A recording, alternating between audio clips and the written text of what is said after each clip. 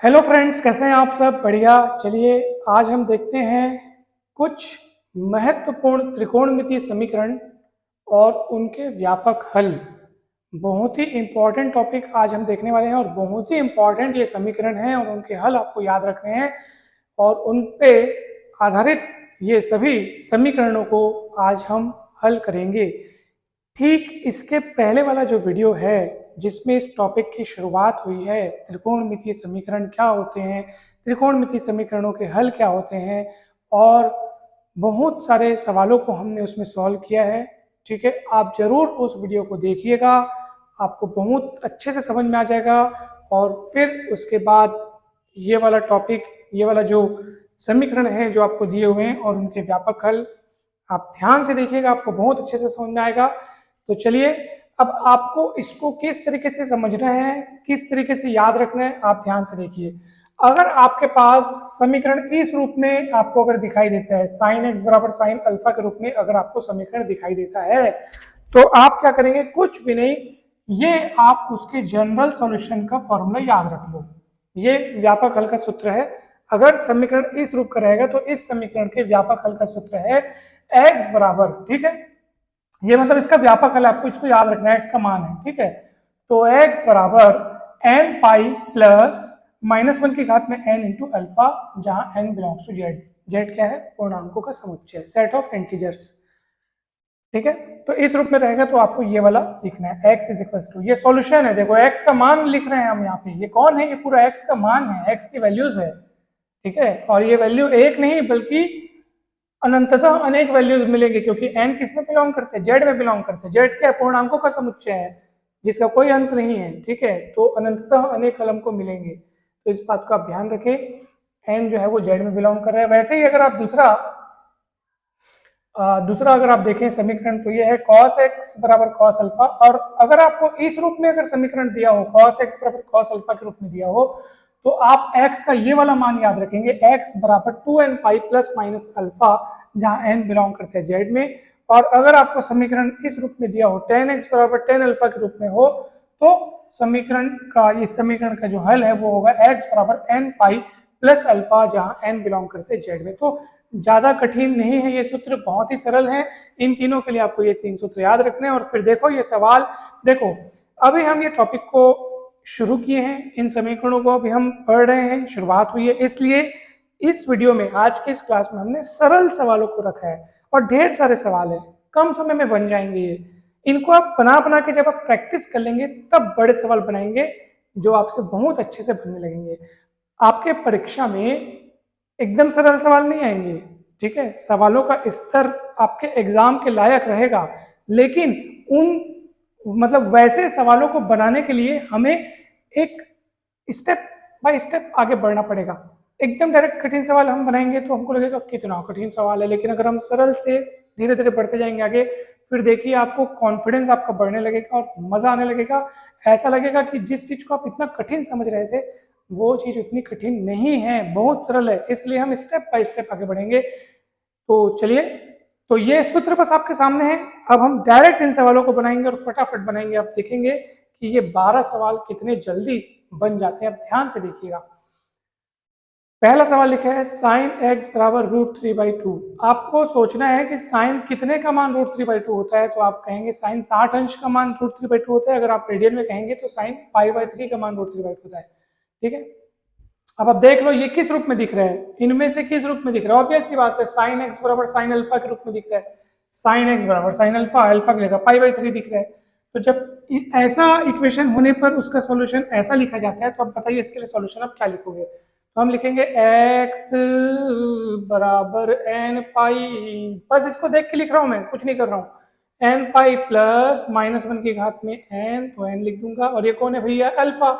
तो जब यहाँ अल्फा था तो अल्फा लिखे थे, अब अल्फा की जगह में π/3 दिख रहा है तो यहाँ π/3 लिख दूंगा और बाजू में n बिलोंग्स टू जेड बता दूंगा। आपका आंसर आ चुका है, जी हाँ, आपका आंसर आ चुका है। इतना ही सरल है, देख लो आप, ये कितना सरल है बताओ। तो n जो है वो किस में बिलोंग करते हैं? जेड। जेड कौन है? पूर्णांकों का समुच्चय है, ठीक है।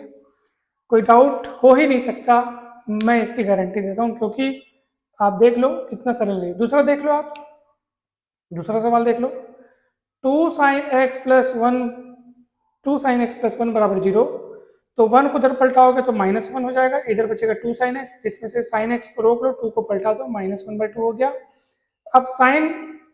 अब माइनस का निपटारा कैसे करें? चलो माइनस को फिलहाल वैसे ही रहने देते हैं। 1/2 के बारे में आपका क्या ख्याल है? साइन कितने की वैल्यू 1/2 होती है? तो आप कहेंगे साइन 30 अंश की वैल्यू 1/2 होती है, यानी कि साइन रेडियन में अगर हम बोलेंगे तो π/6 बोलेंगे, ठीक है। तो साइन π/6 की वैल्यू 1/2 होती है।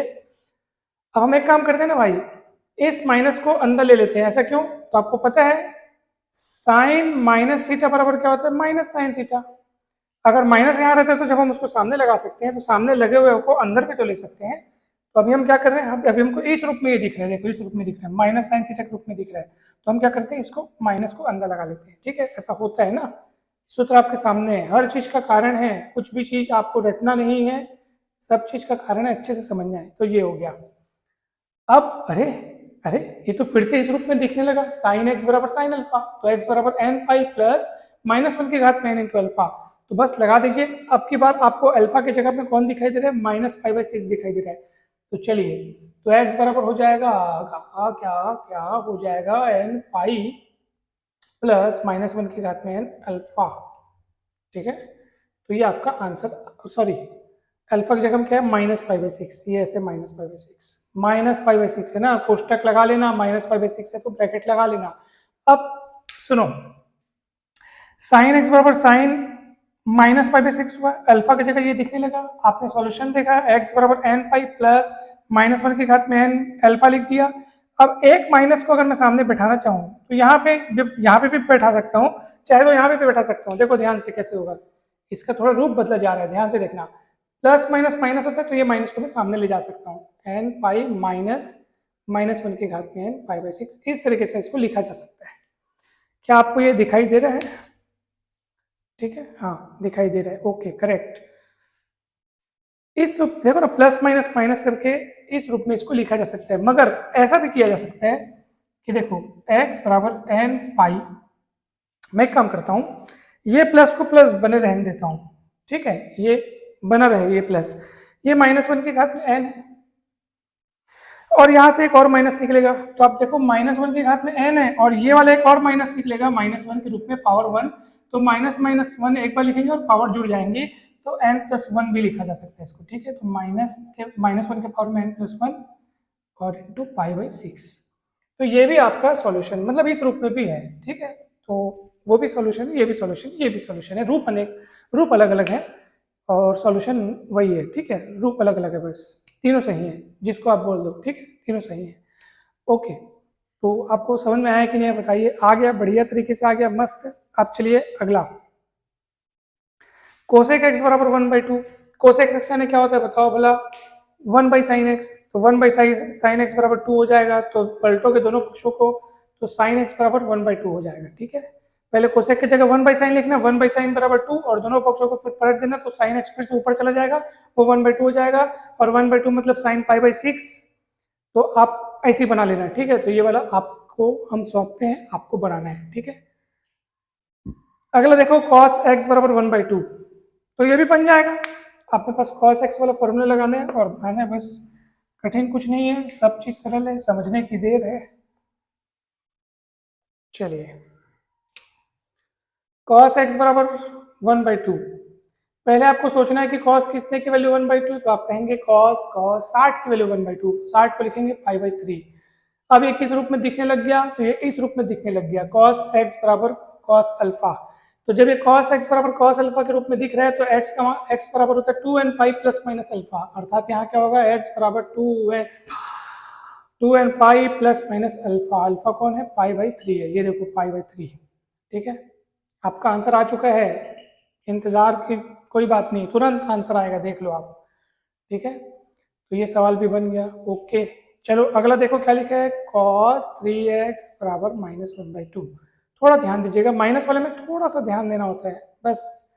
अब ये माइनस है, π/2 मतलब हो गया वापस cos π/3, ठीक है, cos π/3 हो गया। अभी माइनस का निपटारा करना पड़ेगा, कर देते हैं, अभी किए देते हैं निपटारा। देखो ध्यान से देखिएगा, cos π - थीटा होता है माइनस cos थीटा।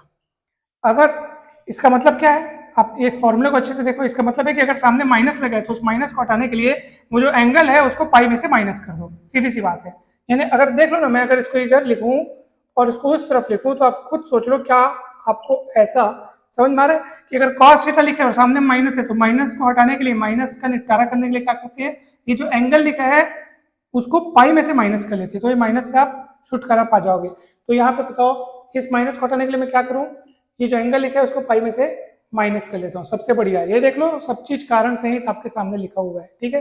तो अब क्या हो जाएगा बताओ, तो ये हो जाएगा cos x, ये हो जाएगा 3 एकम 3 पाई माइनस 1, तो होगा 3 पाई माइनस 1 पे 2 पाई बाई 3, ठीक है। ओके, अभी कहाँ ओके, अभी तो ये इस रूप में बदला है, गड़बड़ गड़बड़ हो गया। तो cos x बराबर cos अल्फा अभी उस रूप में बदला है, वो अभी सॉल्यूशन लिखना पड़ेगा। तो x बराबर इतना होता है, तो x बराबर क्या हो जाएगा, तो 2n pi plus minus alpha, plus minus alpha की जगह में आप देख लो क्या दिख रहा है, 2 पाई बाई 3 दिख रहा है, तो 2 पाई बाई 3, ये आपका कंप्लीट सॉल्यूशन आ गया, ठीक है। तो चलिए इसको मिटाते हैं, आगे बढ़ते हैं। अगला वाला फिर आपका होमवर्क है, आपको बनाना है, कैसे बनाना है मैं आपको बता रहा हूँ। अच्छा सॉरी, अरे बाप रे, मेरे से एक गलती हो गई, जल्दी जल्दी में गलती हो गई। इधर का तो ठीक बन रहा है, अरे बाबा ये 3x था, ये कैसे x हो गया, मिस्टेक हो गया, सॉरी 3x था, ये 3x था। तो 3x होने पे घबराना नहीं है आपको, ठीक है। हमको देखो ना, जब cos x बराबर cos अल्फा रहता है तो हम x बराबर लिखते हैं सब चीज, ठीक है। x रहता है तो x करके लिखते हैं। अब यहाँ पे 3x है तो क्या घबराना, 3x लिख दो ना भाई, 3x लिखो ना, काहे चिंता करना, तो 3x लिख दो। लेकिन हमको मान तो x का निकालना है ना, तो उस 3 को पक्षांतर करना पड़ेगा।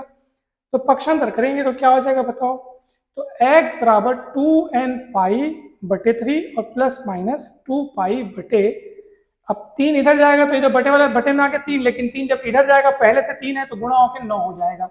ये आपका कंप्लीट फाइनल आंसर होगा,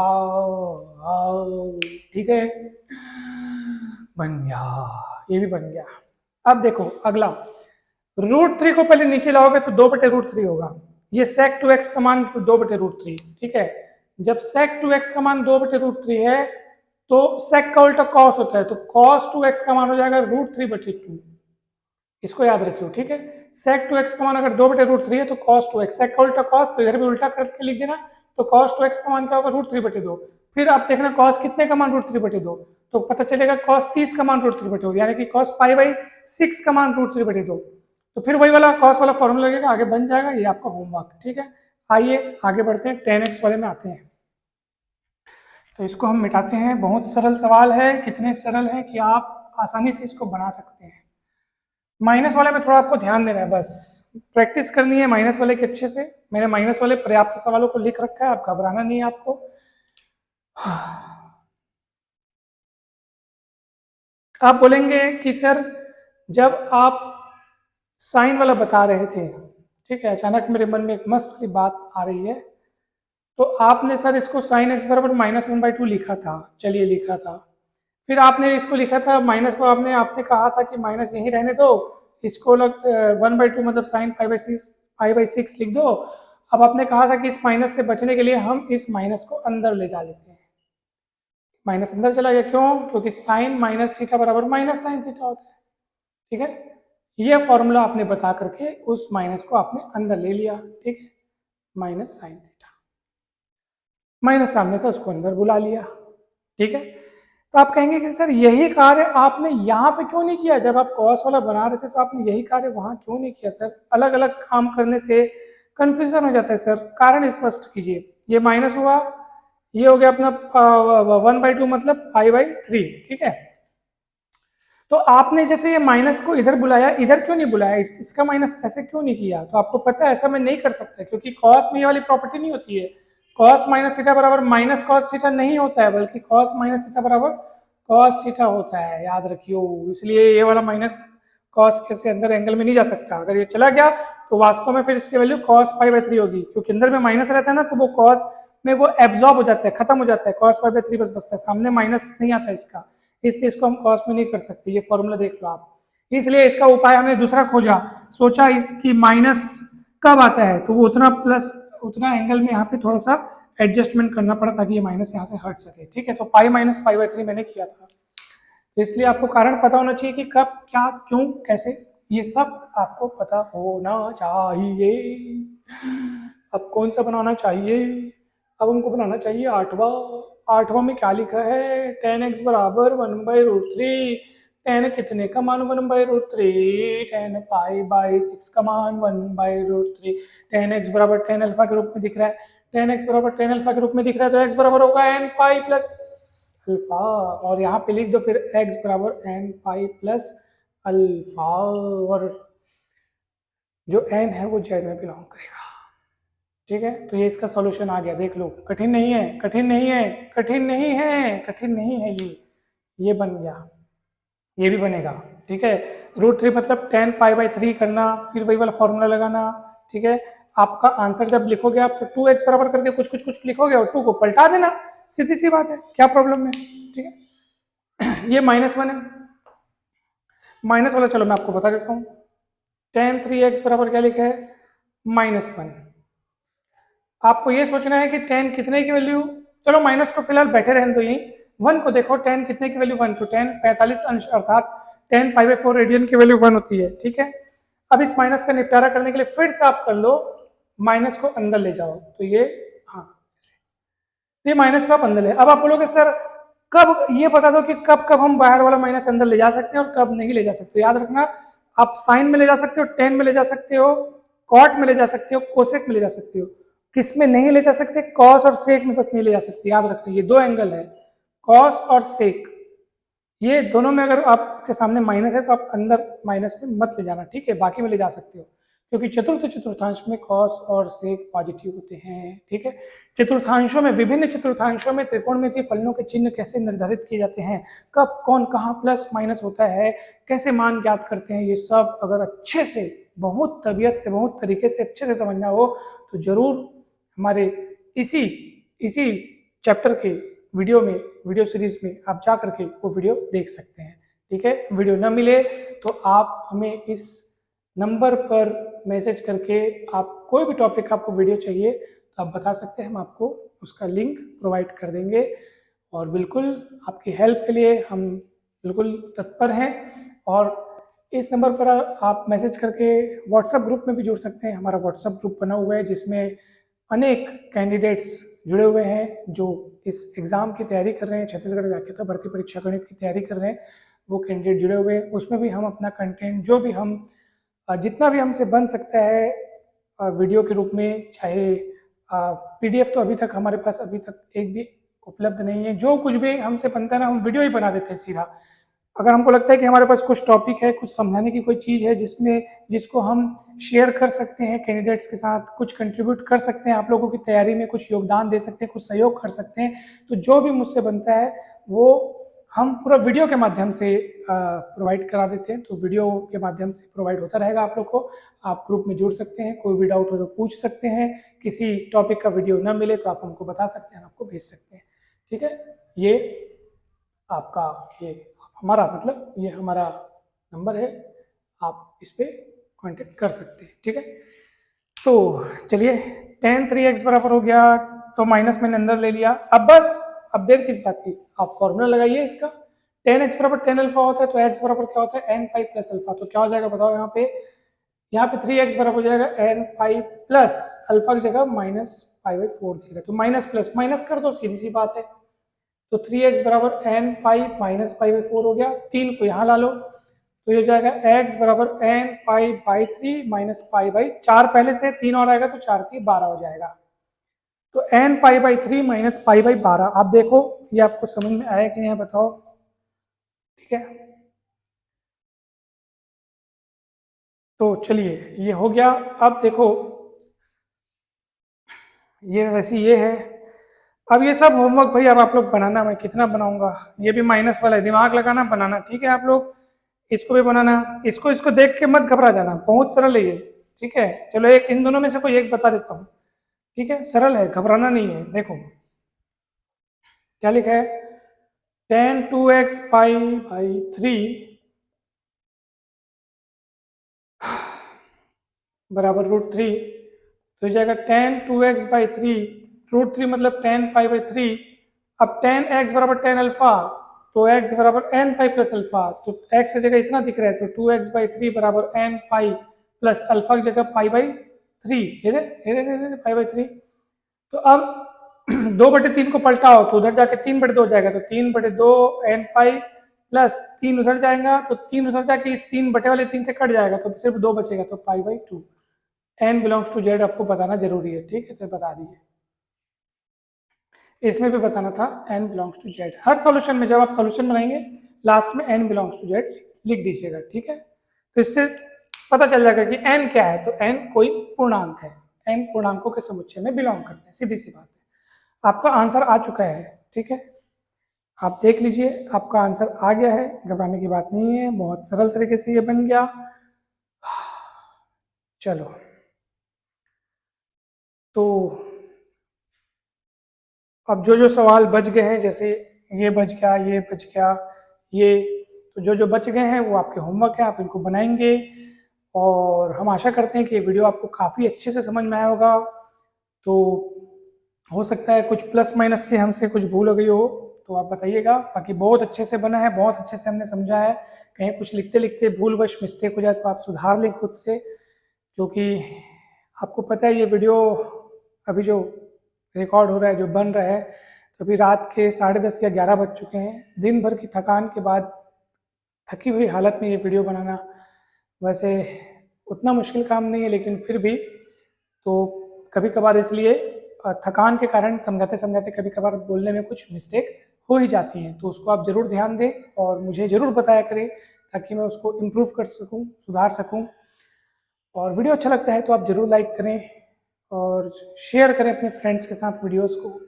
जिस तरह इन वीडियोस से आपको हेल्प मिल रही है, अगर आपको हेल्प मिल रही है, आपको लगता है कि हाँ वीडियो से आपका भला हो रहा है, आपका फ़ायदा हो रहा है, आपको हेल्प मिल रही है, तो निश्चित तौर पे आपको भी बाकी लोगों की, अपने फ्रेंड्स की मदद करनी चाहिए इन वीडियोस को उनको भेज करके। तो आप ज़रूर भेजें, ज़रूर सेंड करें, शेयर करें, कमेंट करके ज़रूर बताएं कि ये वीडियो आपको कैसा लगा और इन सवालों को सॉल्व करें। ठीक है, आज की इस वीडियो में इतना ही। मिलते हैं नेक्स्ट वीडियो में नए सवालों के साथ। बहुत ही ज़बरदस्त टॉपिक अभी शुरू हुआ है, तो आप बने रहिएगा, हर वीडियो देखिएगा। आप सभी खुश रहें, मस्त रहें, स्वस्थ रहें, प्रसन्न रहें। Thank you so much. आप सभी खूब खूब सफल हों। Thank you so much.